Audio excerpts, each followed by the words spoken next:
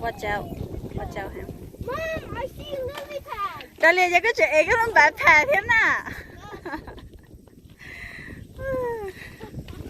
Why is it so hot around here? I'm dying. Thôi cho nó một nơi chừng đầy thế gì đã không? It worked. Tôi chỉ cú nè. Cho tôi lo tôi chỉ cú nè. Well, not enough wind. Bên này nó sẽ mò, bên này hắn chê lon chữ theo. Let it play. Không có theo. Oh, dang it. Còn nó là quay cho kỹ nó to nó bố tập lại đây tao nó. Sao mua đồ con đã lìa? Mày vô à?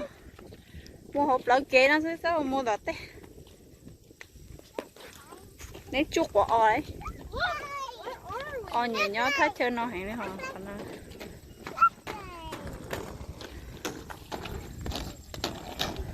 Mày vô có cho không lo có sống một tập bút giải gì có lần đâu hả đây á? I'm busy. You dizzy là you lazy nè. I'm lazy. You lazy. I don't want to hold them anymore. Anh nào chẳng nghe bất cứ tôi nói. My hands are so Chưa bad. cái mua ta liệu. My